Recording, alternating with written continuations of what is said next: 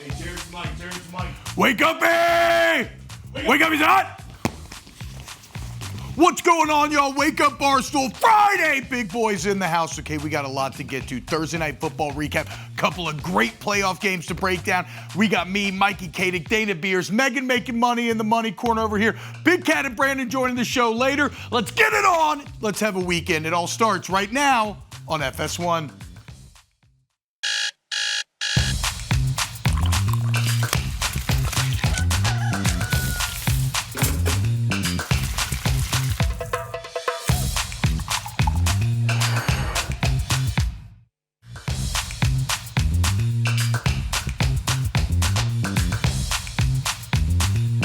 What's happening, y'all? Welcome in. This is Wake Up Barstool. It is Friday. We got the BBC here, the Big Boys Club. We got Megan making money.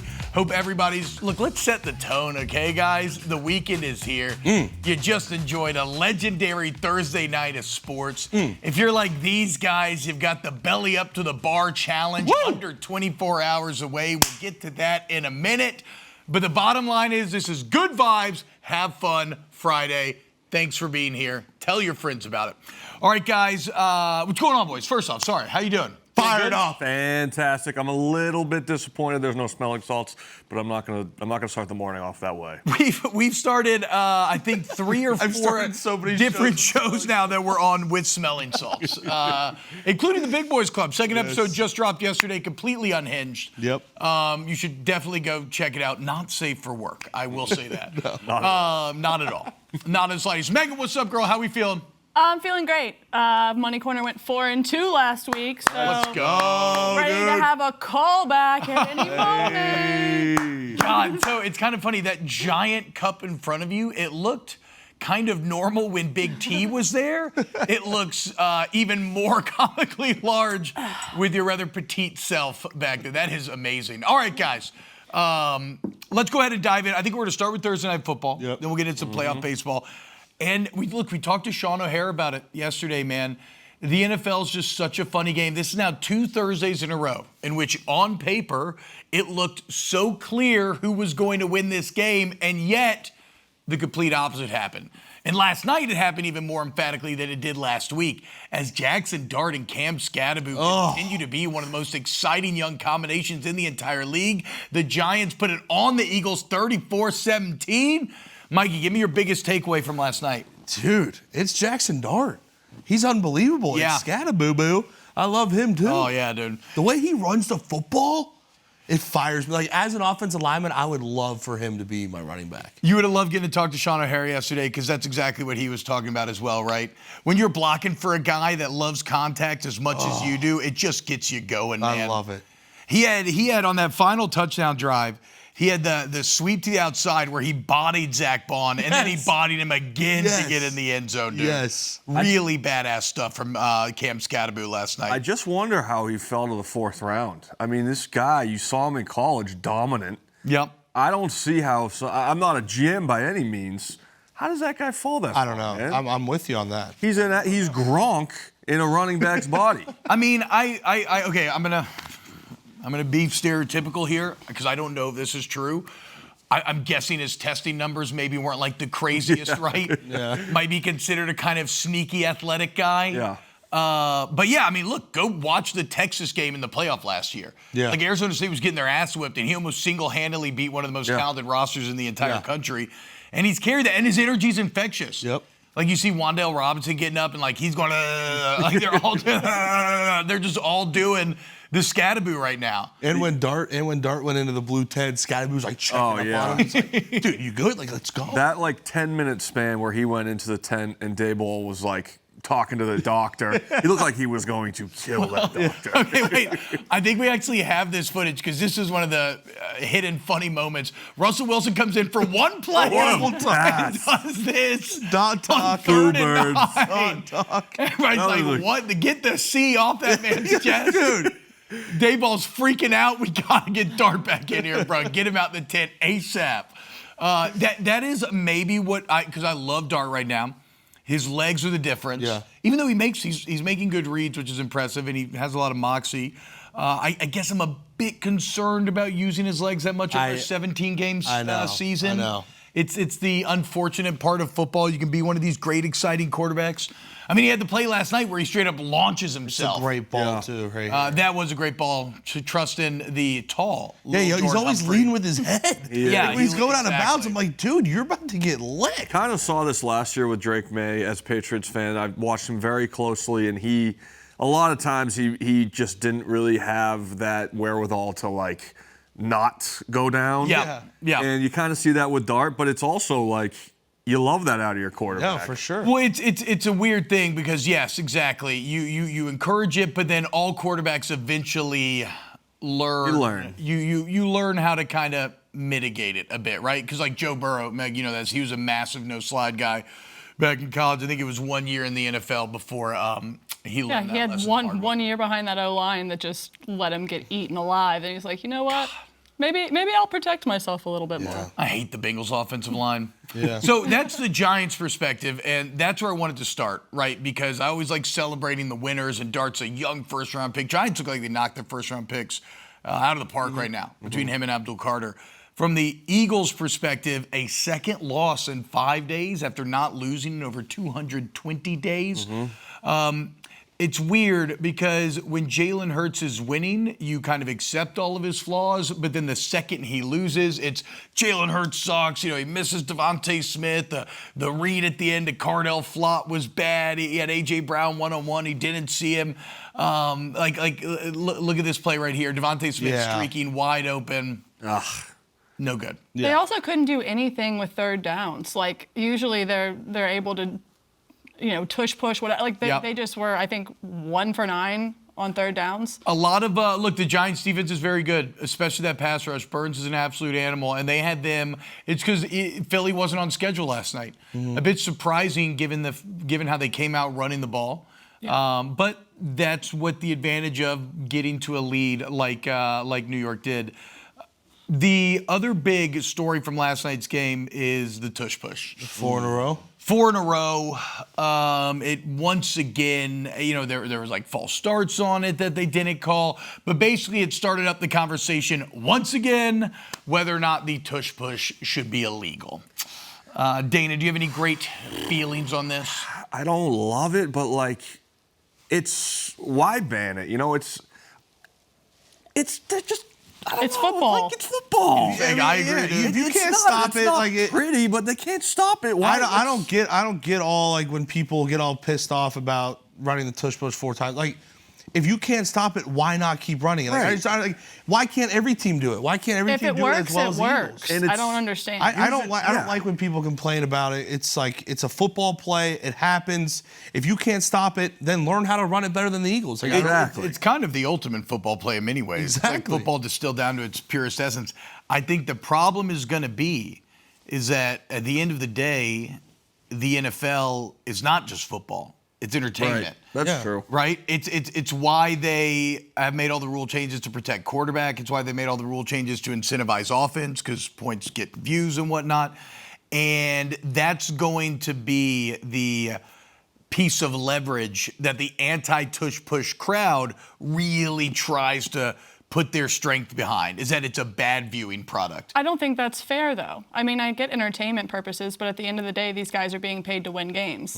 That's I right. agree. It's from a purely football perspective, I don't think anything needs to be changed. Like, if you're a defensive coordinator, if you're a defense, figure it out. Figure out a way to stop it. Yeah. If you're an offense from another team, figure out a way to do it better. And entertainment-wise, of course, it stinks. It's not fun to watch. It's not pretty.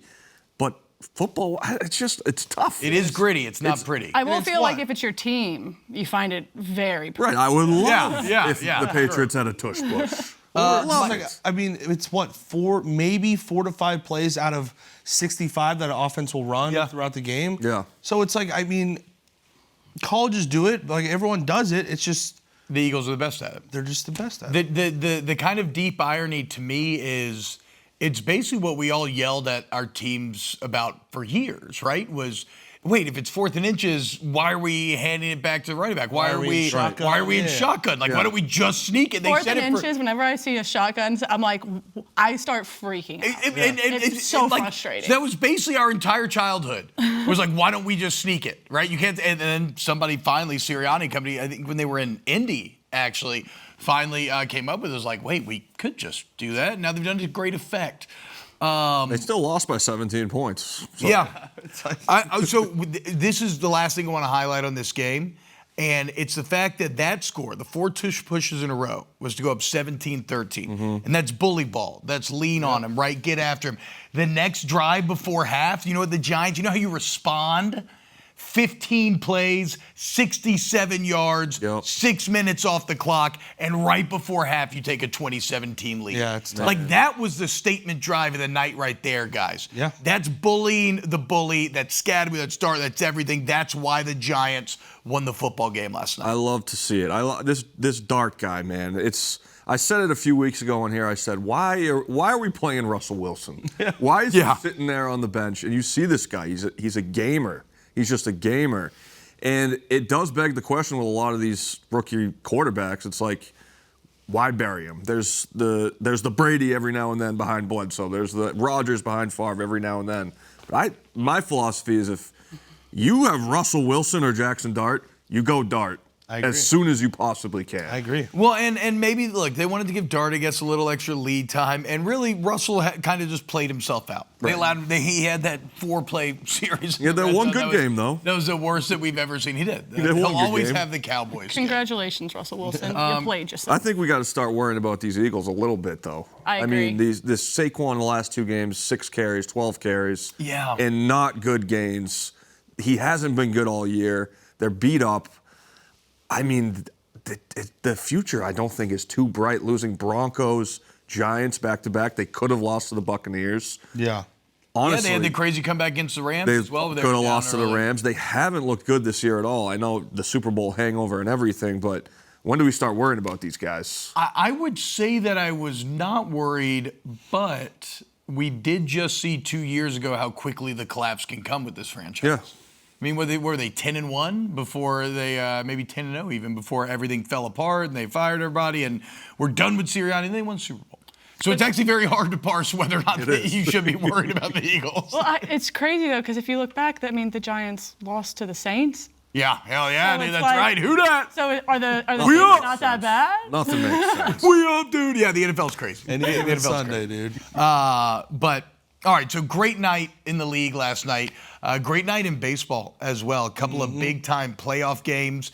The Cubs, the Cubs forcing great. Game 5, heading back to Momentum Milwaukee. all their way. Octigley in full effect, Wrigley rocking. And again, some first-inning magic. I don't know what it is. The Cubs' bats, dead for the vast majority of the time, just find a way in the first inning. This time it's Ian Happ stepping up with a 3-run homer to set the tone, only for once they finally avoid giving it straight back to the Brewers. And a comfortable win for the first time, really, almost this entire playoffs for Chicago. Yeah, and I said this last night watching the game in the gambling cave. The first inning, Cubs are like one of the best teams ever. I think Meek Phil tweeted it as well, that like this would be the greatest postseason team if it was just an inning game. And they're incredible. Something that we highlighted yesterday too, Megan. Boom! Look at that. That's a no doubt a Smell ya. rocket shot. Crowd going crazy. Oh, the vibes. But one thing we highlighted yesterday going into this was if you're going to win a championship, you're going to go on a magical run. When you get deep into these series, your staffs are going to be taxed. Right. And somebody's going to have to step up in a way that they have not previously if you're going to do something magical. Offensively, the Cubs probably been Horton, who's been incredible this season. But then how about Boyd last night? In a day and age. Again, it's not one of those old school long starts, but to give you nearly 5 innings of scoreless baseball, it's massive. No, definitely. Massive there. So for me, I had this Cubs game on. I was watching it on the Score app. I saw that first inning, saw them go up. Immediately then switched to the Phillies game and was flipping back and forth. As soon as halftime of the Eagles game, was watching the Phillies game. That was a game that had all of my attention last night. Yeah. I was steady checking on the Cubs. I'm so happy for the city of Chicago. I'm excited. It feels great to live here in this postseason run. But that Phillies-Dodgers game had me in a heart-wrenching. chokehold. Goodness. Yeah, it was an insane game. Dodgers end up winning in insane fashion, 2-1, bottom of the 11th. Bases loaded, 2 outs. Any base, right? It's the classic little league thing, any you can't base. do it. But on the biggest stage, anything go wrong. And Kirk Green, look at the catcher. You say, no, just throw to first. He tries to go home.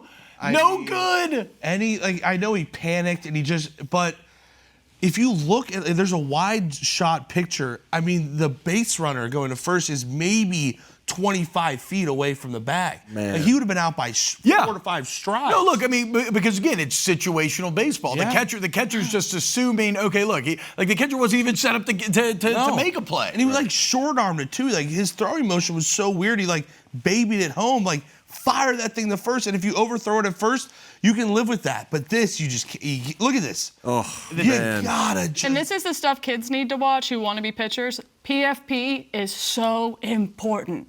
You have to have good PFP. What is PFP?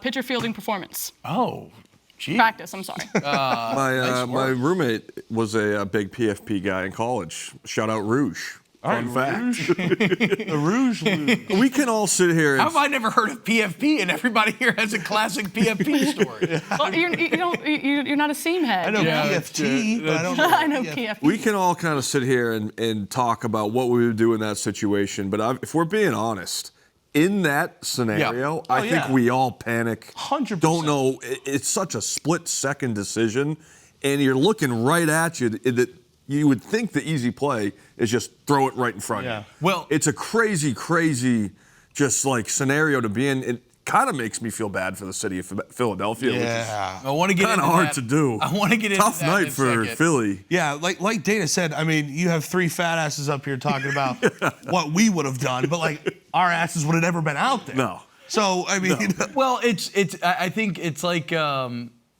it's like in the Matrix when the Oracle tells Neo, what's really going to mess with your head later is like, would you have broken the vase if I didn't say anything? Would he have screwed up the play if he had fielded it cleanly? Yeah. Or when it bounces off the glove, then does That's everything panic. just kind of That's panic? Everything breaks in your brain and you just go on instinct. I think the breaking of the bat might have also thrown him off because, like, with that bat shattering, you're not expecting it. It's loud. It's scary. It's a lot of weird You don't elements. know where it's splintering at. Like, I get the reason why there was a mistake, but you can't make it in that. Just not. And what a 6 days I feel so bad for the fans of Philadelphia sports. Max, Connor. Penn State loses to UCLA. The Eagles lose for the first time in over 200 days on Sunday.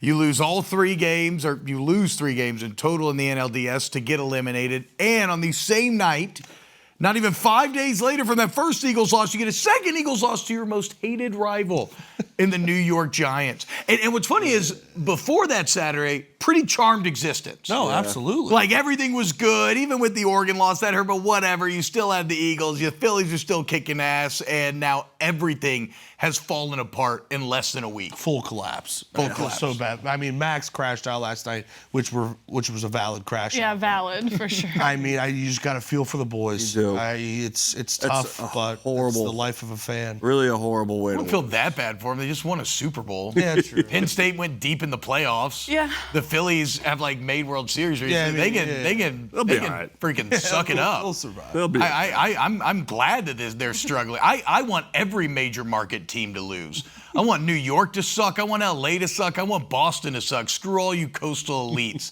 Philly, get the hell out of here. That's right, yeah. Dana. Get out of here. Okay, I'm about the tiny Hey. market team. I'm a blessed fan. The first game I ever watched was 2001. It was Rams-Patriots, Week 9, and from there on, I've seen 6 Super Bowls. I've seen Oh, 2 my- NBA that's- championships. I've seen 4 World Series and a Stanley Cup. This is what I'm talking about, that's guys. pretty good, dude. This is what I'm talking I'm about, blessed. guys. But When I'm I was a realistic. kid, Boston fans were hard scrabble and unlucky, and now they're just fat and happy up there in their golden trophy throne. Hey, we had a moment there in 2019. Where Oh, we get our moments. LSU gets their moments. that was a good year. I'll That is remember true. it forever. 3 natties since 2000. Don't forget, guys. All right, coming up next, it's time to dive into Saturday as we got a lot of college football to get to. Don't go anywhere, guys. As you can tell, it's Friday here in the WUP Studios. Wake Up Barstool. Woo! Keep trucking on next on FS1.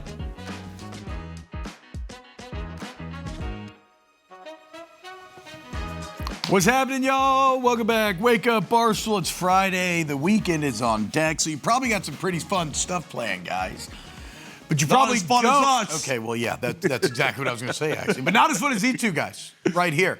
Mike Katic and Dana Beers, as they have teamed up and in their intense, erudite, sagacious planning have decided What are you doing here, dude? to create content that is unrivaled and will boggle the mind. Irradiation? Erudite and sagacious. I just combined the two move words. on from that. They have officially decided to belly up to the bar for a 12-hour Yug session coming up tomorrow watching college football. Yes. Boys, you had quite the system to choose the landing spot here. So Dana posted. So we've had this plan for 2 weeks now. This is one of the most anticipated things of my life, and so Dana posted a story the other day on his Instagram. Hey, swipe up and tell me like your best bar suggestion, because we're looking for not quite a dive bar and not quite a full sports bar. Right in between. Somewhere in the middle. Like 4 to 5 TVs, great bar chairs, great backs on the chairs. Gotta. Food. Yeah, food, bar food. Lower back's gotta be protected over 12 hours. Exactly. So Dana posted the story, I reposted it. I made a spreadsheet. I had about In Excel? Like an no, actual on spreadsheet? paper. Okay. Pen and paper, but Yeah, I'm about to say, you don't know. about what I'm gonna 50 to 55 bars, and I categorized them with, so how was the TV setup? How was the I need food to read situation? some of this off. that How you wrote. was the incredible. Oh, was it crowded? Yes or no? And the vibe. So I would go look at each bar and grade them based off of that. Some bars like were too bougie for me and Dana's liking, Oh, so that was an 100%. immediate Yep. off. Yep. If it looked too like college crowd, like if Yep. this is an LSU bar, this is an Iowa bar, that was kind of off the list because we knew Saturdays were probably going to be very crowded. Makes So sense. we're looking for like an older crowd, but still have some life in it, but just I want to read some of these notes here for Yes, the spreadsheet. Let's hear what our two smartest boys have cooked up for Here's you. what's under TV situation. Good, not great. Under crowded, One of them in all 4 columns, it just says, I like this place. So the idea of the word spreadsheet is doing a lot of heavy lifting here. It's not. It's 4 columns and then And then as you look at the paper, I really spent a lot of time in the first 20. Yeah. And then I just go, no, yeah, maybe. I'll talk to Dana. we got a good slate of ball to watch. We're going to eat a lot of food. We're Yep. going to mix in some waters. We're going to make sure we're just ready to roll for 12 hours. We're really just going to treat our bodies like absolute garbage. And Let's there's a Hawaii game at 10:59. Yeah, so I don't know. Potentially we'll we see. might We'll be see there where till we are 1 at a.m. that point. What's the key to surviving a 12-hour belly up to the bar Yug session? Don't try to force anything. I'm not going to put liquor on Dana. Oh, heavens no. And we're just going to be drinking straight beers, have like maybe 10 to 12 beers, then maybe mix in some food, another 10 to 12, maybe mix in a little app, Yep. and then finish off, with the last 15 or so. What are we thinking? Just a little 40 beers. light domestics, or are we Yeah, going to get a little crafty here? no. I'm going to go like You got to. I mean, if you're going to go that long, we- light domestics are Do probably. we strike you as craft guys? We start you as an IPA guy. We're not. So I don't know, dude. Sometimes the I don't know. I don't know. I can't be more excited. We're going to delete beers. Yeah. I we're would just say for longevity, go 4 beers, water, and like mix in a water There we go, every Mac. 4. There's the mom in you. Can I That's say not gonna happen. PIS? I don't know. Yeah, I'm going to pee a lot. Okay, yeah, you can pee a lot. Yeah. You can definitely say that for sure. But it's gonna be. And then we said, because this is also our brain. Like we're gonna mix in some brainstorming for me and Dana's future events together. Can't so wait to there hear could be that. some insane After ideas. 12 that come hours out of of brainstorming, it's like, bro, what if we did like 16 hours? It's going to be awesome. And there's a Cubs game. It's in Milwaukee, but the city's going to be buzzing. It's going to be awesome. We So- got the Bearcats on. We got the Hoosiers on. It's sir. gonna be. A lot of big games Yeah. that y'all are going to get to. And when you look at it, probably Indiana, Oregon, the premier game this weekend. Yeah. Mikey, of course, you just playing center for that Indiana playoff team last year. It's been a great year thus far, battling undefeated. This is a chance Yeah. for Indiana to prove themselves I on the know. biggest stage. You want to be in the Big Three and the Big Absolutely. Ten? This is it right here, Mikey. Well, I think we are in the Big Three because Penn State lost 2. But anyways, yeah, I'm nervous. We're going to Eugene. I'm just really nervous for the front 4 of Oregon. They are some of the best groups in the whole country. I know our offensive line, I know Coach Bosad's going to have those boys ready to go, but it's just about sustaining the blocks for as long as you can against a very, very good front. Yep. Oregon has a great front. They have great pass rushers on the edge. Bear Alexander and number 52, I forget his name, but he's going to be a first-round draft pick. Interiorly, how are we going to match up with these guys? I'm excited for the opportunity. I think if we give Fernando time, we have one of the best wide receiving cores in the nation. Our defense has been playing great. We got to get the big one. We got to get the big one. Y'all have got to avoid what happened at Ohio State last year, which was a mixture of the pass rush for State winning and then just critical errors. The block, punt return, touchdown. Got to be solid in the third phase. I know. Guys, maybe the best quarterback matchup in the entire country when you're talking about Fernando Mendoza and Dante Moore, 2 top 5 rated quarterbacks in the entire country. We also got Alabama, Mizzou. This is going to be an early one for you boys. This will be at the beginning of your beer journey, 11 a.m. Bama at Mizzou.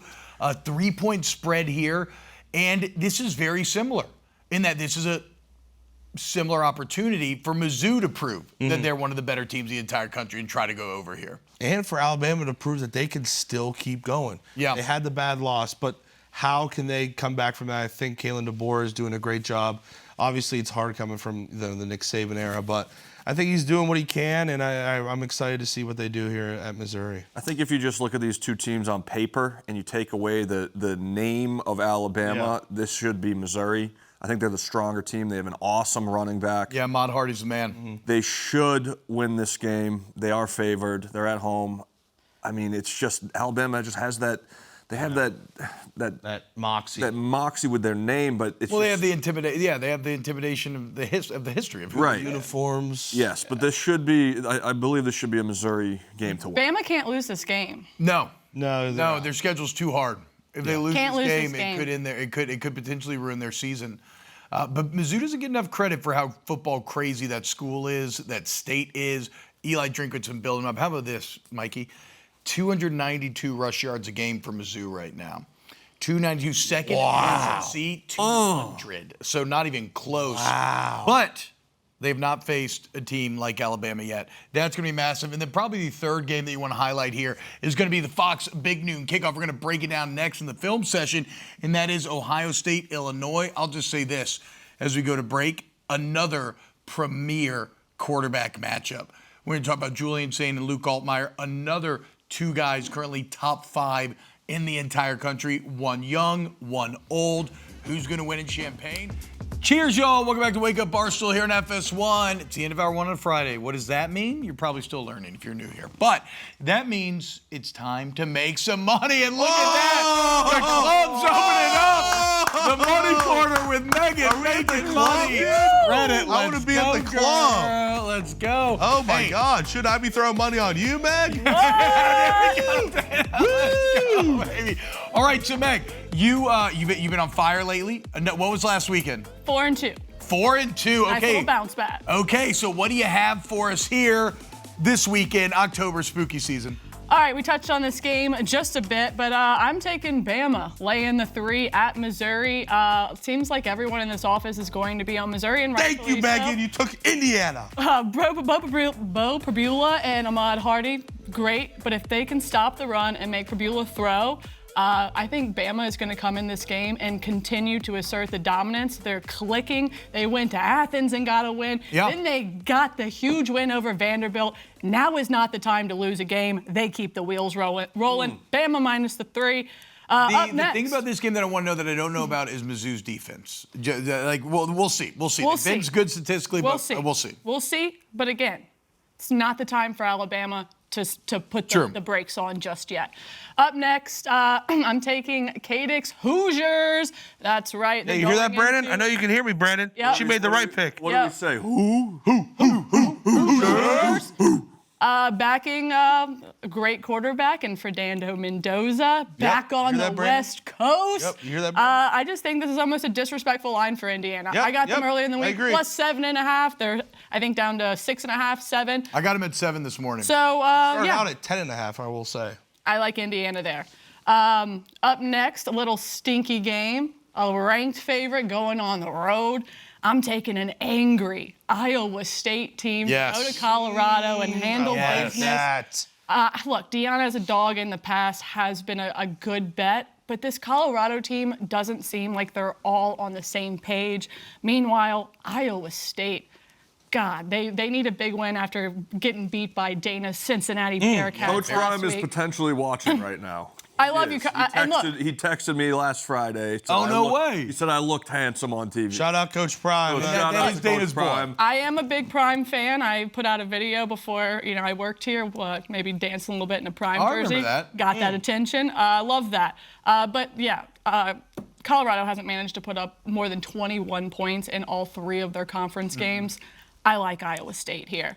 Another next one up on the docket, Georgia Tech minus 14.5. Virginia Tech has scored okay, but their defense has some issues. Flip side, Georgia Tech, they got dudes. I'm so high. They Love got Green Key, love Haynes King. dudes. I don't know much about Virginia Tech this year. I want to hang out with Haynes King. Yeah, let's yug some. I want to yug. wanna hang out with Green Key. It's a fun that's squad. Up Faulkner next, Beast, OC. I'm going to go ahead and fade Florida again. I understand they got a win last week, but I'm going with Texas A&M minus the 7.5. Texas, I still don't know what they are. They have all this money, they have all these athletes, but they can't figure it out. I think this A&M team is real. Yes. Tommy Moffitt, Mike Elko, I think they've changed the culture, but this is the game that proves it. Is this in the swamp? No, It's it's at A&M, College Station. yeah. Kyle This Field. is generally when Texas 8-4 starts to kick in. Yeah. So if they want to prove that they're different, they have to win this game. Yep. I agree with that, and I just think they have a fantastic balance of defensive attack and offensive firepower, and their front 7 is just absolutely nasty, Yeah, and the they receiver are. corp is loaded. Up next, another kind of stinky game that I know Brandon is on the other side of. I'm taking the Georgia Bulldogs going to Auburn. It's scary right now, but Georgia also, just like Bama, cannot afford to lose focus. This would be their 3rd conference win in just 4 games. Auburn does have the talent, but I'm going to go with Gunnar Stockton and this Georgia Bulldog team to go ahead and cover on the road. Deep South's oldest rivalry, boys. This will be, I believe it's the 131st time that these two teams have played. A series that's always been close, but Georgia's won 8 in a row. Wow. Jordan Hare night could get a little sketchy. We'll see. We'll see. Quick, the name Jackson Arnold does not strike fear in me if I'm a defender. No, it's like a TV character. That name is not intimidating. No, it's really not. Neither is Brandon Walker's, and you should just fade all his picks, probably.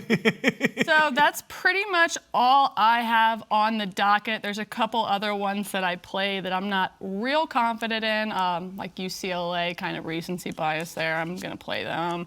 And then I kind of like a UCLA team total over, I think it's 28.5. Michigan does have a great defense, so again, not playing that one. I don't know that. But all I'm saying, they've put up 30 points in all 5 games this season. Wait, USC or UCLA? USC. Sorry, you said UCLA. I did. So I said. My bad. I'm playing UCLA. I'm not going to give it out. But then I also am. Okay, now the USC total, Sorry, yeah. that's a bit more interesting. USC, how about this for a fun fact, guys? USC currently number 1 in the nation. They're averaging 8.5 yards a play. Number 2, I know. your Bearcats. I know who it is. Number 2, your Bearcats, 8 yards a play. Only 5 other teams are even over 7.5. Wow. So USC's not just good offensively right now; they are yards. outlier good offensively. And that's a very good Michigan and defense. that's my fault. I got the West Coast mixed up in my brain there for worries. just a second. Yeah, they're soft. They suck. Yeah, it's fine. And I would love to play LSU minus 8.5, but I'm going to stay off of it this week in hopes that we can cover that game, because apparently me playing it last week was 2 weeks ago was my ultimate. I would not touch thanks, that Meg. game. Yeah. Pull that away, Meg. Let's go, girl. All right, baby. Weekend is here. Coming up next hour, we got Brandon Walker joining the show. Big Cat's going to stop by as well. More Wake Up Barstool. See you in a minute. Woohoo!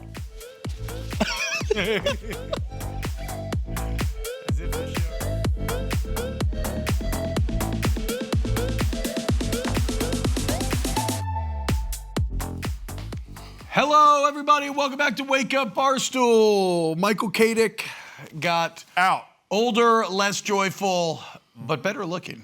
Better hair for sure. And that's our guy, Brandon Walker. Hi. The king of college football. Sorry, that's Chuck what is Oliver. happening right now. Guys, you don't do this What is on live happening right TV. now? Why are they doing this? This is the pre-show Zoom. Don't do that to my back off. Stephanie, what are you doing? This is mean directing here. Okay. What's Product? Yeah, a little bit. Sea salt spray. It's a matte. No, I've graduated to a matte. Oh, have you? Why did they do that? Can I feel it? Yeah. Yeah, there we go. Yeah, get the hair low. Yeah, that's. Oh, pretty. wow. There I we thought go. it was going to be crusty. No, it's not at all. It's really Soft. smooth. Yeah. Wow. Yeah, you need a little paste. Yeah. A little. It was a good-haired trio. This is a Yeah. good hair trio right Yeah, here. you're wearing a hat. There Megan, you go. is that your real hair in the pigtails here? It is. Oh, Real wow. hair. Very impressive. It's a good hair quadro. I call these mud flaps. Yep. You got to get the wings. Just a little bit of wings, dude. Little curl in the back. I remember back in junior high and high school getting out of the shower and putting on a hat just so I could be soaring going into the day. The swoop. You used to do All the the girls swoop. used to love the swoop. Oh, man. Y'all don't even know nothing about that. Dana, was the swoop a thing in Boston? The frat boy Hoover swoop? No. I didn't think so. the South. Yeah, it was South more- ate it up. It was the worst thing about the South. It might absolutely be the South's worst cultural export Yeah. that has ever. Well, Ah, you know, and actually, never mind. Let's That's a keep darker going. conversation. Yeah. All right. College football coming up this weekend, guys. Brandon, we've touched on the games thus far. What's your kind of themes that you're playing with heading into a big weekend of CFB? I think it's an opportunity to prove it for certain teams. It's an opportunity, we've had teams jump up in the top 10 and the top 15. A team like Missouri, this is now, they're at home. They got Alabama coming in. Alabama is not what they were under Nick Saban, where they were the most elite team in college football year in, year out. But they're still one of the benchmarks in the SEC. If you want to go somewhere, if you want to do something, beating Alabama is your ticket to do it. I think it's a prove-it weekend for Missouri. It's a prove-it weekend for Indiana. Can they go to Oregon and prove they can stay on the field with somebody like this? It's a prove-it weekend for Oklahoma. Listen, Oklahoma's gotten a lot of credit for beating Auburn and Michigan, two teams that I think you ought to beat. And now they're playing a Texas team who is desperate. Prove-it weekend for Texas. We're not trash. We're not garbage. Arch can play football. It's a big weekend for that. I think it's a prove-it spot all up and down the slate. Now, this game, the Red River Rivalry, is something that we have not talked about a lot yet today, and the storyline is all John Mateer. Of course, Dr. Shin, ironically a hand expert, as KB told us earlier in the week, a man who has worked on quite literally billions of dollars worth of hands has now been employed by Oklahoma to get Mateer back for this game. And the latest framing, Brandon, is a bit gray. No. It's the worst. It's the worst tweeted report in the history. Are you talking of about the Pete football. Thamel one? I'm talking about the Pete Thamel one. Pete Thamel is as respected as you can. He's get in awesome. this community. He's great. Pete Thamel is the top of the heap when it comes to sports reporting, particularly college football reporting. He is great, elite. This is not going to be a shot at Pete Thamel, but his tweet was absolutely ridiculous and should stay in drafts. He tweeted out yesterday something to the effect of John Mateer is fully expected to Try to play. To attempt to play. He is fully expected to attempt to play Saturday against Texas. No kidding. No kidding, Pete Thamel. He is going to attempt to play. And he put that out like it was a report that we should all pay attention to. I thought that was ridiculous. Of course he's going to attempt to play, and he's going to play. If you know anything about John Mateer in Oklahoma, he's a gamer. They don't have a chance to beat anybody without him. So here's the exact Pete Thamel timeline here. 14 hours ago. Sources. Oklahoma quarterback John Mateer is in line to attempt to play against Texas on Saturday. All right. His injured right hand will be monitored, and there's no certainty he'll be able to go. He's listed as questionable. So that was very much in the gray area, but That's just meeting a quota of tweets. But 2 hours later, John Mateer upgraded to probable on the SEC availability report. So Dr. Shinsanity sweeping Oklahoma Norman, you may be good to go. Norman, Oklahoma. I am in line to attempt to drink 1,000 beers this weekend. Yes, exactly. Dana, now we don't know once he hits 900 if he'll be able to continue to go.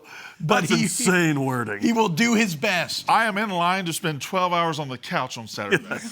Yes, you are. Well, that's a guarantee. You can stop by if you want. That's minus odds. I'm not The moving bar from my thing? couch. Yeah. No. Okay. No. But if Mateer does play, like, how healthy is his throwing hand? Yeah, I mean, there's no certainty. I don't know. Right, There's but no like certainty. if I know he's a humongous athlete and he's getting all of this extra work, but like if I break something, I'm out for like 2 months.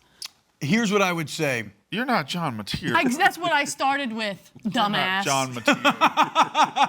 you're not John Mateer. Yeah, I'm Megan making money. Here's what I would say from my perspective is even an injured Mateer against a deeply flawed Texas, whose offense does not look like they should have much success against Oklahoma's defense. Even an injured Mateer brings his legs to bear, which are a massive part of his job or of his skill set. And quarterback's a leadership position. Yeah. They inspire men, the other boys on the team. And so just having Mateer out there, it's like having the general on the battlefield. It gives you a certain je ne sais quoi, but the impact is still there nonetheless. A certain, what the French call, I don't know what. Yes, exactly. Yeah, and See, it's Dana? That one went over my head. Is that je ne sais quoi? Je ne sais quoi. I don't know. Mine was just an Austin Powers Dr. Evil reference. What is je ne sais quoi? I think it's like a certain I don't know, or is it je ne It sais factor. quoi? It No, I don't know factor. what. It is I don't know what. No, you're right. I don't know what je ne sais quoi is. It's I I didn't don't say know. it. You said it. No, it's I don't know what. It's what you said. Because je ne sais pas. That's what it is? Mine was just Dr. Evil. Well, to be fair, you grew up in Louisiana. You probably should know a little French. Well, Yeah, it is. It's literally I don't know what. It's just an ineffable a certain mystique that you can't really quantify or put I can't say because Mateer's playing the boys will play 20% better, but that leadership does matter. It's intangible. Oui. We also have Ohio State at Illinois tomorrow. Yes. Big noon kickoff, Brandon. You getting excited? Big noon kickoff will be there. College The Barstool football College show? Football Show will be there. Second time in 2 weeks in Champaign, Illinois. 2 weeks ago, I'd never been to Champaign. And Now I'm you're going back today. Now it's old hat for me. But anyway, Ohio State going down there. I would like to say, as the number one preeminent king of college football, Yep. Sorry, Chuck Oliver. I think people have crowned Ohio State too much. And it's not that they shouldn't be number one. They should be. They won the national title last year. They came out. They beat Texas. They should be number one. They killed Washington on the road. I think people, and you've been guilty of this, T-Bob, you and Blutman on unnecessary roughness. Other people have said it where you're like, I think Ohio State is just either unbeatable or they're miles above everybody else. There should be a gap behind them. And T-Bob, I don't see that. I think they are as beatable as anybody else. They should be number one, but I don't think there's a gap between them and, say, Alabama. I don't think there's a gap between them and, say, Miami. I don't appreciate you completely ill-framing my words there. I never said unbeatable. I said they should be number one. That's it. That said, I Said love without Luke question Altmaier. they're better than last year. No. Yes. No. Maybe not. No. I have never said that. Will Howard, Julian Saint's done it thus far, but Will Howard was an experienced gamer that put that team over the top. I've never said that, so it's again a second lie out of you. I think you're backing away from what you said. No, you're gaslighting the audience right now. This That's is what he said, crazy. everybody. Audience, that's what he said. No, guys, that's not. Anyway, here's what I worry about Illinois, is if you look at the Indiana game, Mendoza and the weapons killed them, and the front seven murdered them, Yeah. okay? Ohio State is more so than Indiana in all three of those elements. Love how Illinois bounced back against USC last couple of weeks. I'm just worried about the Illini this weekend. This is an Ohio State team that I want to see what happens when they're actually pushed to the limit. I guess in Texas they somewhat were, and they passed that early test, but they've very much just boa constrictor controlled every game since then. Can I say the ranked team that I think is in the most trouble and nobody's talking about it whatsoever? Say it. I think thank you, Dana. It's the quietest, dangerous spot on the board, and that's the Georgia Bulldogs going to the Auburn Tigers. Auburn is, did you say it? I'm taking Georgia. She's- I know see, you're this on, is I know where you're on the other opposite of side. you. That's fine. I just think this is a spot that Auburn is historically a dangerous place for Georgia, and I'm talking about 100 years of history. Over the last 8 years, Georgia has cruised, but that's not going to last forever. I think Georgia isn't exactly explosive offensively. They can be had defensively. Auburn has shown nothing offensively, but they are desperate. They're down to it, and they are very, very, very talented. They're also coming off a bye, I believe. in Jordan-Hare. This is a terrible. You've played there. Yeah, it gets really loud. It might be one of the most underrated places in the country. LSU gets all the shine. Tennessee gets a lot of shine. Auburn is a crazy hard place. They're all to play. tier 1. They're all tier 1, fine. Yeah. But Auburn, don't let Auburn get caught in the shuffle there. Auburn is a tough place to play. I think Auburn has a very good chance to beat the Georgia Bulldogs this week. But you've been high on Auburn the last 3 weeks. I was high on. I was. Get him, Meg. I was high on them going to Texas A&M. They lost 16-10. I just think it's more. It was a gross 16. It's more being low on Georgia and high on the fact that is a rivalry. You can throw out the record books, and it's just something. It's a tough spot for Georgia. It's another je ne sais quoi game where you're not really going on paper, but you're saying, okay, 8 wins in a row. In a series like this, eventually that's got to end. And it's night. It's a little nighttime college football magic. Under the lights, how college football was meant to be played. Brandon, can I ask you, as the #1 college football expert in the universe, a question about college football? Please, I'd be mad if you didn't. What team so far do you think has the best body of work just in terms of quality wins? Miami. It's Miami. The Miami Hurricanes. They have the most ranked wins. The teams they have beaten have acquitted themselves pretty well. Is there a second place team that you think? Are you trying to get me to say Cincinnati? No, I'm really not. I'm trying to learn from the best. So I haven't even thought about second place. There is a graphic that Casey Smith has been pushing in the roughness group where Texas A&M has technically had the hardest ranked strength of schedule of any of the top teams, with Miami checking in right now. Well, they have the same best win, except that Texas A&M did it on the road. Yep. They went to Notre Dame and they won 41-40, and they have that. But Miami, they killed South Florida. South Florida is a fine team. By the way, big game tonight for South Florida. South Florida. Yeah, South Florida, North Texas, one of the most exciting freshman quarterbacks in the country for North Texas. First time that they've ever had a sellout. Really? No way. Yeah. I could be wrong, but I read that somewhere. feel like that makes sense. Yeah, They are. they're 5-0. Yeah, they are kind of new to the scene of big time college football. Yeah. So I could see where that would happen. Although forever is a long time. It is a long time, but I'm almost positive I'm right. I think you're right, dude. It's Miami with a bullet. Texas A&M certainly has. Ohio State sneaky has a case. If Texas were to get off the mat, and I think they are at some point, the win at Washington is getting poo-pooed a little bit. It could be a good win. And they've handled everybody so dramatically. They've just handled everybody. They haven't been in danger. By the way, North Texas, if you're going to watch the game tonight, Drew Mestamaker is who you want to check out. He's the highest rated passer in the American. He's a true freshman. He's been fantastic. Him and Byron Brown, that's going to be another great quarterback battle. You got LSU, South Carolina this weekend. Feel awful about that game, Meg. I don't know about you. I'm not playing it. I'm nervous. A&M Durham's back Florida though. Let's get the run game going this week. We talk about A&M Florida. That's kind of a weird one. Dana, who do the Bearcats have? UCF, 10-point favorites at home. Place is going to be rocking. Orlando Tech, as they call it, has a 0 shot this weekend. We'll have more on that game when I get my picks later, because I love a team in that spot. I would say this. I don't know how in the world you could trust Scott Frost going against the Brendan Sorsby-led offense right now. Second best per play offense in the entire – or no, sorry, Alex Grinch. Alex Grinch, Thank you, excuse me. I said Scott Frost. How could you trust Alex Grinch going against the second best offense in the country right now? Can I go back to you guys and your little woe is me stuff? The LSU, I'm scared of this game. I'm not touching it. What, Brandon? I'm going to tell you. You guys lost a road game at Ole Miss. Who there's the #4 team in the country. That's a respectable loss. Yep. You're coming home, and South Carolina is awful. They're terrible. I don't know. I don't get the fear from you guys. I don't want you because guys. you can't run the ball.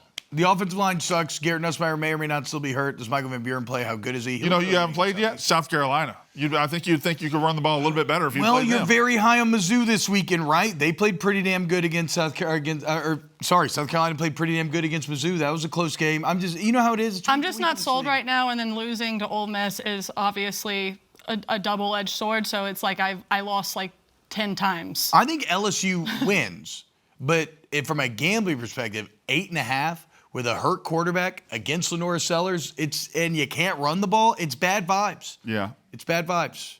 And where's your hoodie? And not just that, but then laying 8.5 and then the total being 44. Gross.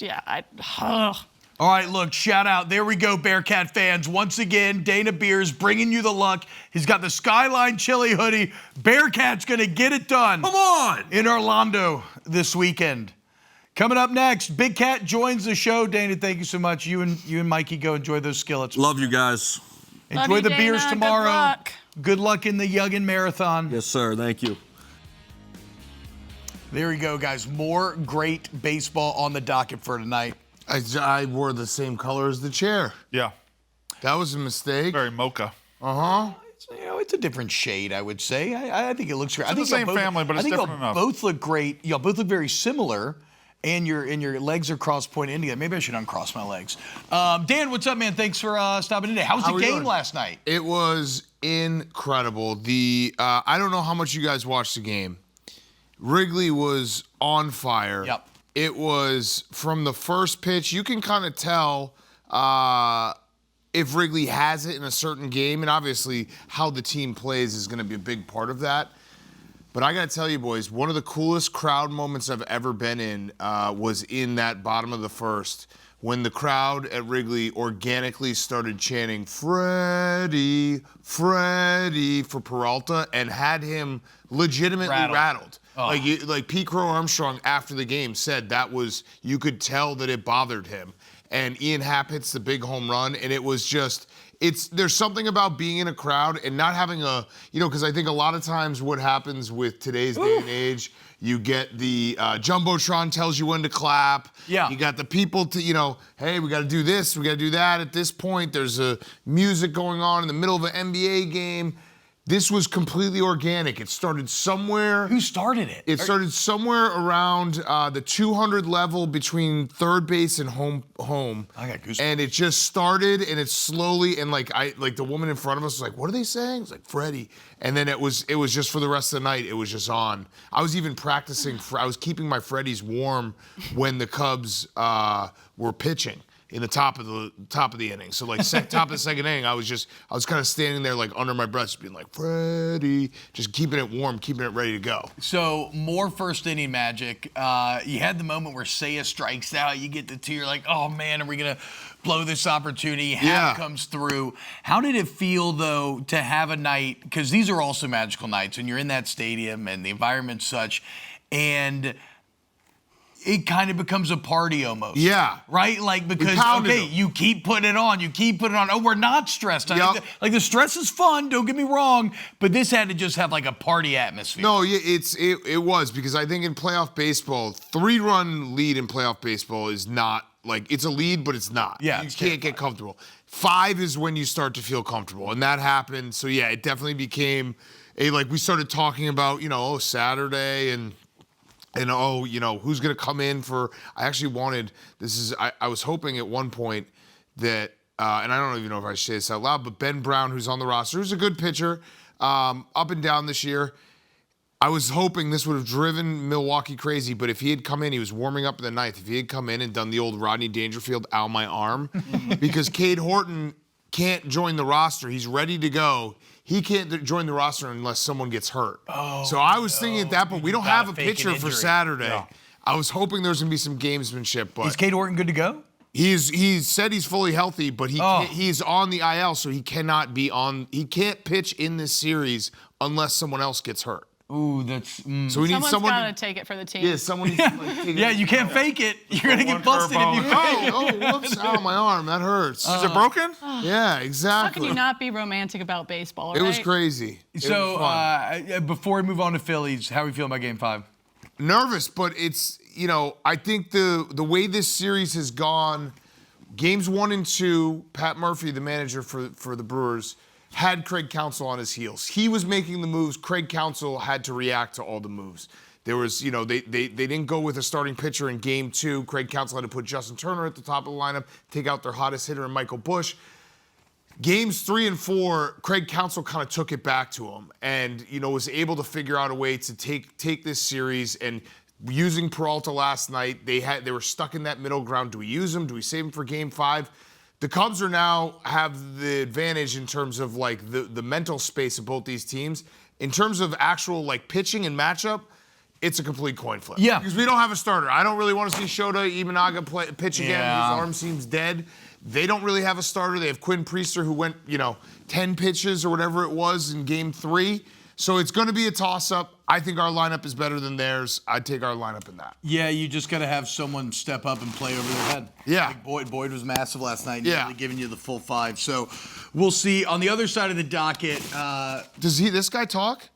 Yeah, I talk, but Okay, you've been all talking right. the whole time. You Well, got I didn't here, know. I didn't know if you were gonna started- chime in. You're like catching up. Okay. What happened to your mic? I didn't know if this one talked. I talk. Sometimes. All right, so on the other side of the docket, though, boys, Philly fans, what a 6 days it's been, huh? Yeah. Penn State loses. No, I'm the not- Eagles lose twice. Philly gets eliminated. I'm not going to sit here and cry for Philly fans because they've had it really, really good over the last couple of years. But it's as far as 6-day stretches go for any fan base, it's down there. Yeah. I am going to cry a little bit for Phillies fans, and here's why. That's the end of an era. That is that roster is not going to be the same next year. The Schwarber, the Castellanos, the Harper will stay. That has to be frustrating because they didn't win a World Series. And that's got to kill them. They didn't win a World Series with those guys. They got into the playoffs every single year, basically. They went to a World Series. They got no hit in a World Series. So that part hurts. And then the weight. I mean, you can't lose in a worse way. No. So. And the camera angle too, where it showed us from home, we were looking from home, and we got it coming up here. We could tell the guy going to first base was dead. He was so He's dead in the water. But the pitcher just freaks out. You see Real Muto just pointing directly at first base. Throw it there. Throw it there. Loses it. It's a situation where, and again, you continue this game. If you somehow win this game, you're going back to Philly. Momentum's back on your side. But it's a situation where we talked about it earlier. I think it's a combination of elements that cause his brain to break. Right? The broken bat, then the fact that it skips off his glove. Like if he fields it cleanly, does his brain work and he goes to first? There's one more element. I don't know if you guys have been on the internet much this morning. You've been doing the show, I know. But so the internet has figured out that the Dodgers guy just didn't step on the plate. Yeah, he came back.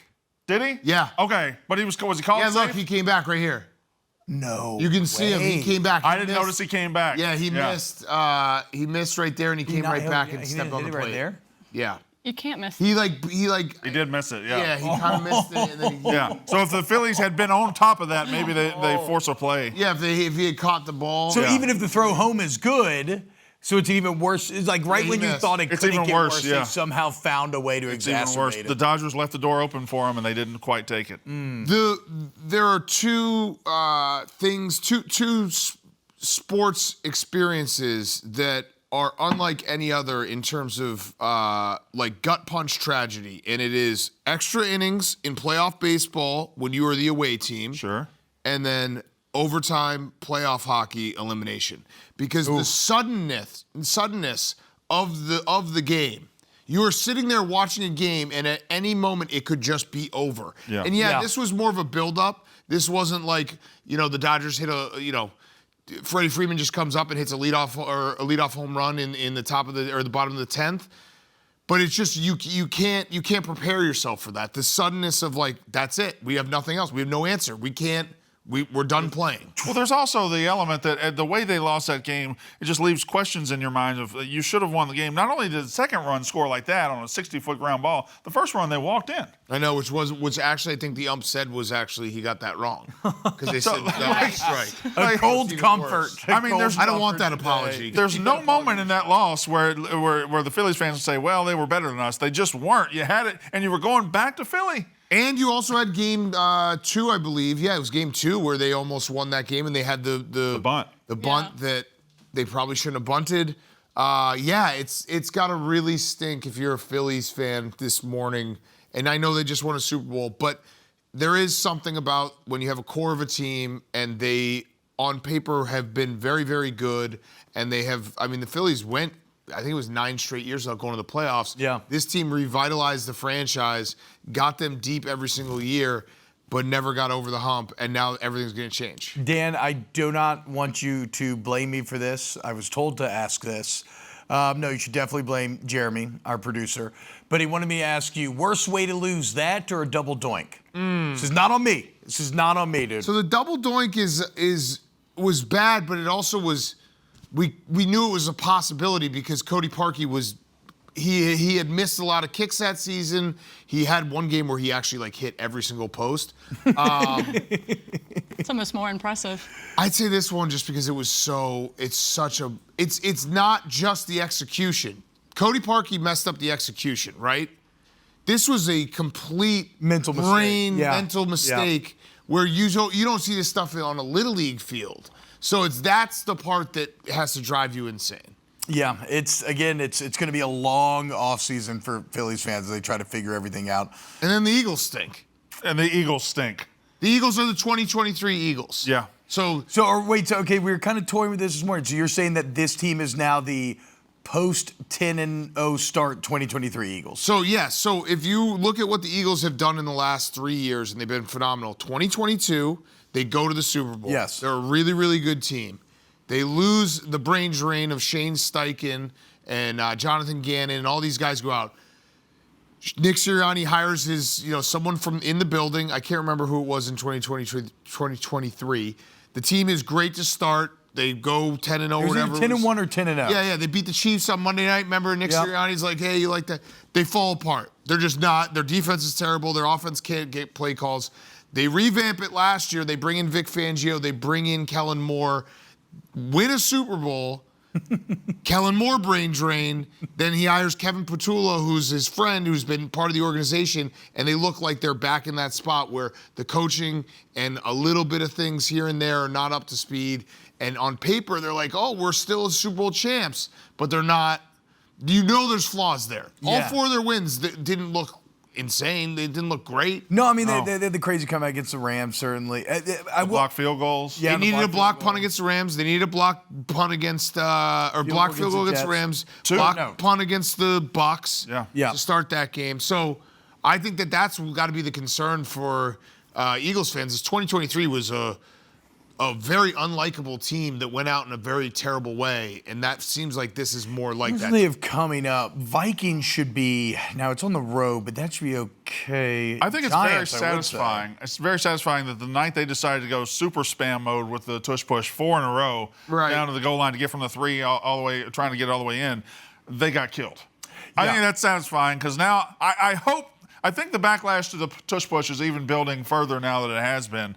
But yeah, it's just they got destroyed. Well, and Brandon, we highlighted hour 1, but so the 4 tush push in a row, that was kind of a bully move. And then the Giants immediately come back with a 15-play, 6-minute touchdown drive. Yeah. Like, that's how you bully the bully right back in his face. Guys, what do we think about Dart and Scadaboo? I mean, even if you're Giants fans, So much fun. you're 2-4, Yeah. but you might be the most fun 2-4 that it's actually mathematically possible to have. Yeah, so much fun. And you also have Malik Neighbors, who's hurt now. Yes. Yeah. But he should be developing with these guys, and he'll be back next year. Like you're building this foundation with these 2 guys that you're going to add to next year. Yeah, they're fun. And they're great. They're a great defensive line. They put a lot of draft capital Burns in is a their beast. defensive line. So Carter, Scadaboo's a madman. he's incredible. Yeah. He's a psycho. He's a one-man tush push. I would like us to hire him at some point. Did you? Yeah, I mean, he true, definitely dude. would be perfect. But yeah, the Eagles are. The Giants are fun. I think the NFC East now, like you look at it, the big picture thing, and I was talking about this the other day. The NFC doesn't really have any really, really bad teams. They have a couple teams that are obviously at the bottom, but the AFC's got some real bad teams at the bottom. The NFC's really a gauntlet where the Giants, I mean, look at this. What team sticks out to you? I don't think have had I don't think there's any team I want to. No, but the Saints have been live. They've been okay. Yeah, they've been every live. single They have been. game, They have been. right? You're right. Well, except for the Seahawks. Yes, absolutely. And the AFC has the Titans, and they have the Jets and the Dolphins, and Yeah. there's like a lot That's more true. teams in the AFC that you can look and say, hey, that's an easy win. The Giants are not an easy win anymore with these 2 guys playing. If you asked that question yesterday, maybe you say the Giants and they go out and win 34-17 against the defending Super Bowl champions. The Saints are the worst team, but like you said, I don't know that they're not Rattler's the Jets, okay, they're not the dude. Dolphins, they're not the Right. Titans. And I actually did say the Giants were good before last night. So I was already in they only have one. Where did the computer have them? What year? I don't remember. think maybe frisky and fun. But Okay. yeah. Hell yeah. So accurate computation. And also the numbers back up what I just said. I think I saw the stat. It's the NFC is 19-8 against the spread against AFC teams this year. There you go, guys. Still not 100% familiar with what you're talking about. They play these games on Sunday? Sunday. Brandon's new to the NFL. We're gonna get him. We're gonna ease him in. But they played that one on Thursday. We're gonna show you. Yeah, and then we're gonna show you the London game on Sunday. They play him overseas, which I hate. Doesn't make sense, but okay. I saw a video though of the UK fans explaining how they chose their team, and I kind of enjoyed that. A lot of Browns fans. Really? Yeah, I don't know what that is. Maybe a lot of them were just like, I guess it's from, they're all used to maybe being like fans of either tortured like EPL teams or championship teams that aren't the big dogs. And so they were like, yeah, we like pain and misery, and the Browns are pain and misery, so we just went with Cleveland. It's such a different level of pain and misery, though, that's not even... The Browns have like 8 quarterbacks on their payroll right now. Yeah. In dead money. Do you know the last time the Browns beat the Pittsburgh Steelers in the regular season in Pittsburgh? Yep. I do not. When? Do you? No. Take a guess. 2014. 2003. Wow. It's been 21 years since the Browns beat the Pittsburgh Steelers in Pittsburgh in the regular season. Tim Couch? Tim Couch versus Chaz Batch and Tommy Maddox. Oh, my God. That... A long time. They obviously, in the COVID year, the Browns won a playoff game in Pittsburgh, so that obviously confuses things. That is such a long time. William Green, their starting running back? Yes. I mean, that's eventually you Edwards? mathematically No. you have to trip and fall into. It's crazy. That's crazy. Yeah. So that's. So what am I thinking of? That was in the playoffs. Yeah, the COVID year. Yeah, the COVID year. Yeah, Baker won in. The next year they got rid of Baker, dude. I know. The Browns suck. The Browns suck. Baker All went to right. Pittsburgh and won. Obviously, there were no fans, but yeah. All right, guys. Coming up next, let's continue to dive into the NFL weekend. Then we got our pick competition, which leaderboards don't really matter. It's early on. I have no idea where I'm at. It's not. Gotta be bad. It's not Gotta be great real for bad. us. More Wake Up Barstool right here on FS1.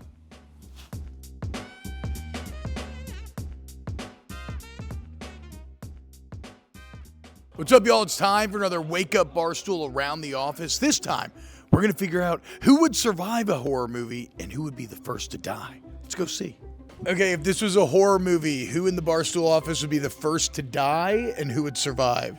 First to die, White Sox Dave. Survive, I feel like Donnie. Donnie does. Yeah, Donnie, Wonton. yeah. Wonton, yes. He lived in China for 8 years. There's no situation he hasn't been in, so I just feel like he's well equipped. Brandon Walker's dying. Easily. First to survive. Yeah, who would survive? Not Jacob. first to survive. Yes, actually, yes. There's nothing Jacob can't do. First to die is Brandon Walker because he's too slow. First to survive, I'm going PFT. Weapon creativity, possibly. He's very smart. Sam, horror movie set in the Barstool offices. Who's the first to die and who survives? Brandon Walker first to go. I think Jerry's making it out. It's Yeah. gonna be Jerry. He's finding his way out, man. He's made it out of worse scrapes before. A horror movie set in the Barstool offices. Who's the first to die and who survives? Oh, I'm the first to die. I know that. It's kind of the way. No, Mincy. Woo! It's not me. It's not me. Number one survivor is going to be Makin Money. I think she's got it in her. She's got that dog in her. She's the really hot lead that everyone's kind of rooting for. It'll happen. First to die, we've got a lot of victims. It's going to be Nikki Smokes. They always kill the douchebag first. Yeah. Because it's a little bit satisfying. I'm just kidding. Shout out Smokes. Max, okay, so Smokes dies, you say? Yeah, Smokes is gone quick. Who survives? I'm gonna go Mincy. I don't know. He figures out a way. That's what he said. He just talks his way out of it. First to die, first to survive. Spider first to die, he'll be like, no guys, let's go in this other house next door. We'll hide out there. It's like the worst place ever to hide. That's so true. And yeah, I like Mincy. He's just gonna talk his ear off. There it is, guys. Some popular answers on both fronts, but nobody more polarizing than our special boy, Ben Mintz. We love you, Mincy. I think you'd survive, for what it's worth. I know you would. Welcome back. Wake Up Barstool with Brandon. Not a lot of people believing in your survivor That was distressing. skills. Yeah, everybody Nobody thinks I can make it. Everybody thinks you're first to die. I can survive outside this building. I'm good. I have survival skills. So we cut a lot because we asked a lot of people. There was a very common answer that Mincy would survive. just by talking the killer to death. Mincy surviving to me is a guarantee. I would say Luckily so. surviving. It's his charmed existence. Yeah, Everything like comes he up just Mintz. every step he takes is like one centimeter off from like blowing up or getting hit by a rake or something. Yes. And then you look behind him, things are exploding, houses are falling down, and he's fine. He hasn't even realized he's had a conversation with the serial killer. He doesn't know he's in a horror movie. Yeah. Oh yeah, he doesn't know the entire time. Yeah. Even when he's tied up, he doesn't realize. He's the epitome of like a kidnapper kicking him out. Just Yes. because he's so Yes, annoyed. like I'm done with this. Yeah. Let him go, Like, the dude. guy's pointing a weapon at him, and he's saying, Oh, man, that's a nice in knife. Oxford this weekend. I'm running the marathon. Shout out Ben Mintz. I think we're all going to be at that Bears Saints game coming up here in a couple of weeks. That's going to be very fun. But before that, Bears Commanders, the PMT Bowl, baby. Yeah. Dan, how we feeling? Brotherhood on the line here. First of all, I got to be nervous. My brain isn't big enough to understand like the Bears Commanders are playing on Monday night while the Cubs are in the NLDS. There's been a lot of focus on the Cubs. Yep. I'm excited for this game. The Bears defense is not good. I'll just say that right now. I also think the Commanders defense is not good. Ben Johnson on a bye week, off a bye week, with 2 weeks to basically say, what did we do the first 4 weeks that was good? What do we have with Caleb Williams? I'm excited for that aspect of it. There's obviously a lot of emotion in this game because the Hail Mary ended the Bears season last year. But I have now decided to spin it as a positive.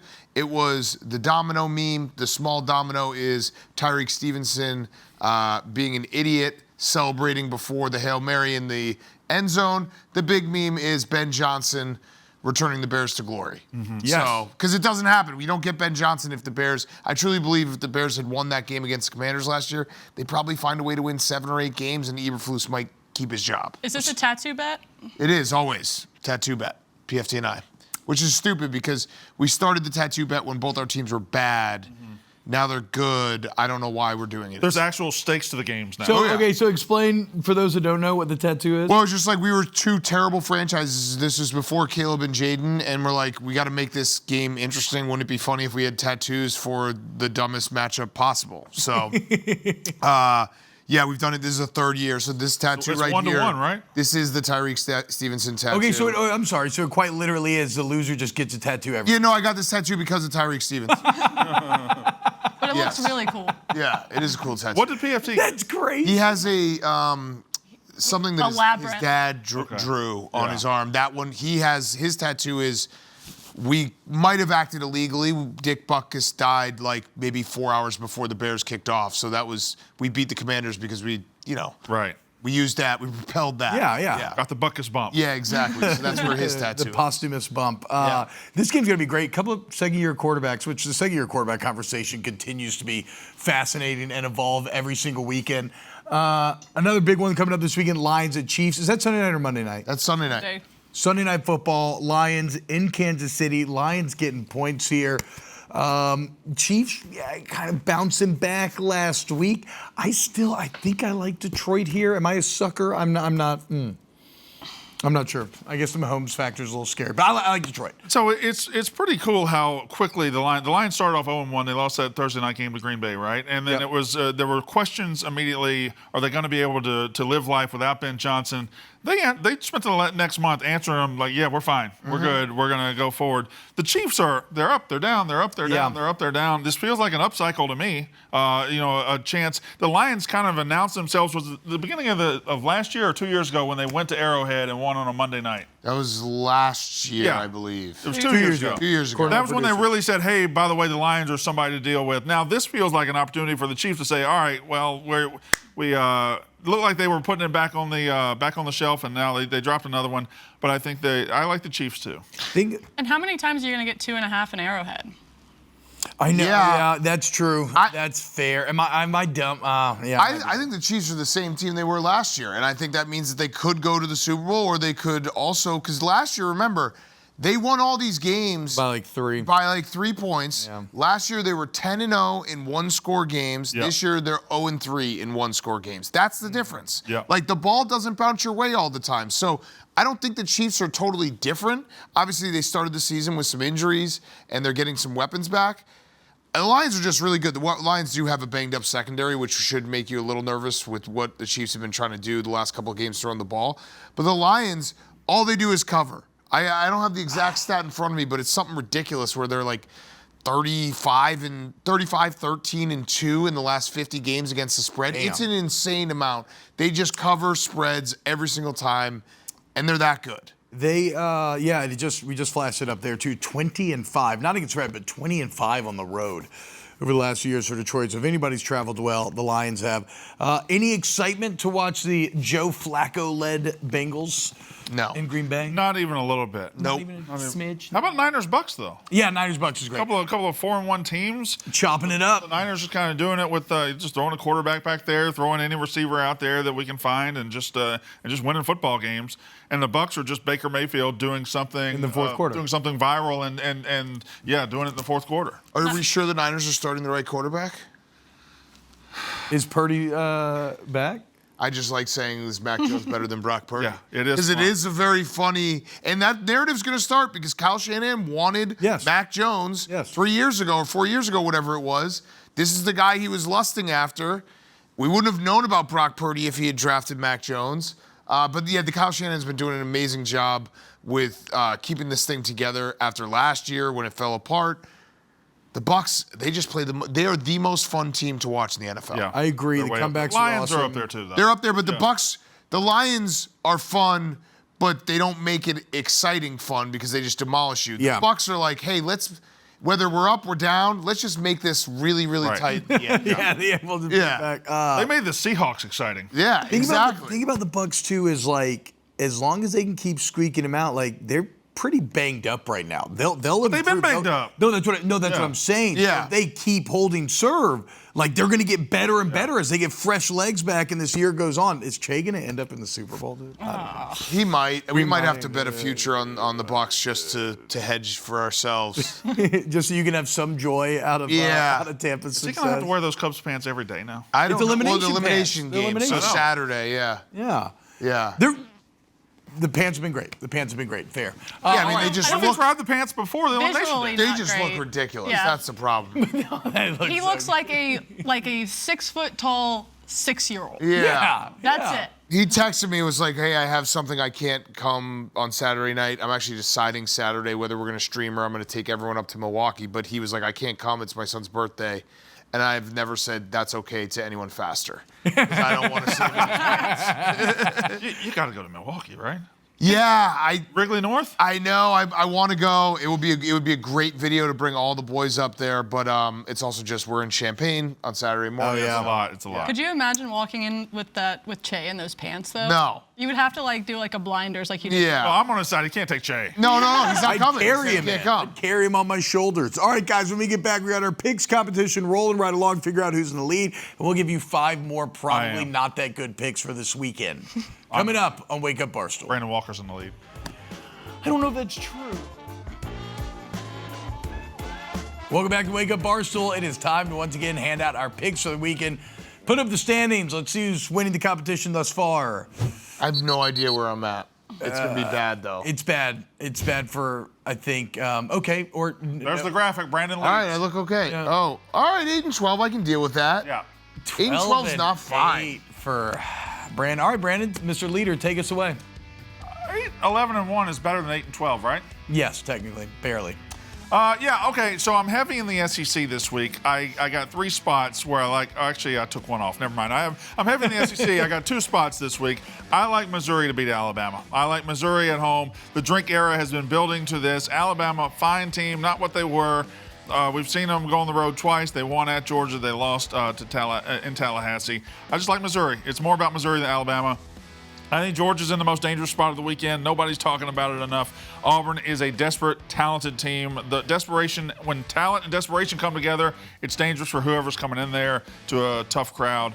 I got Oregon minus 7.5. Indiana last year, they didn't prove they could stand up in this spot. I'm going to bank they can't do it again. Cincinnati, I think, kills UCF. I think UCF is not a very good team. I think Cincinnati's a really good team. And then Cowboys, I like the Cowboys. Dak's playing at an MVP level.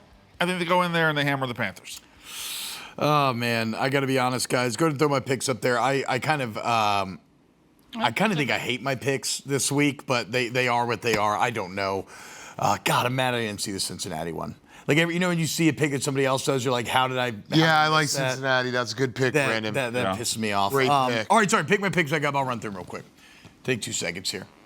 All right, so Iowa State at Colorado. I love this Iowa State team. I don't think Colorado's any good this year. This Iowa State team is tough. They're going to go on the road. Rocco Beck and company, they're going to bounce back after the Cincy loss.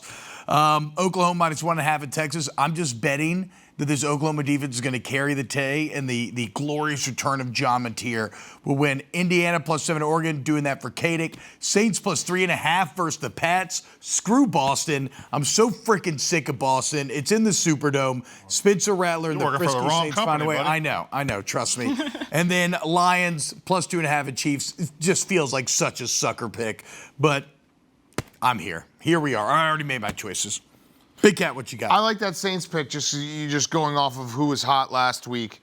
I got one of those in there. Seahawks +1.5 at the Jaguars. Okay. The Falcons +4.5 versus the Bills on Monday night. Falcons off a bye. By the way, the Seahawks pick is basically the Jaguars just had the biggest win in their franchise history, regular season at least. Trevor Lawrence, biggest win of his career as a professional. Liam Cohen, biggest win of his career as a head coach, only been 5 weeks. Seahawks are desperate. They lose a heartbreaker to the Bucs. That's just give me the Seahawks all day. Falcons off a bye. Bills should have a bounce back, but I don't know if they're 4.5 points better than anyone right now on the road. I like Oklahoma with you, T-Bob. I like Michigan at USC, and I am going to go, Brandon, we agree on Oregon. I also think Dan Lanning is a little bit of like he's got that Curt Cignetti stuff to him as well. Yeah. Where if he can rub your face in it, he will. wants to. So I don't know if he's pissed. I don't know if Curt Cignetti has pissed off Dan Lanning, but I'm sure Dan Lanning will find something. It's funny that you mentioned that. Yeah. It's funny that you mentioned that though, because Dion.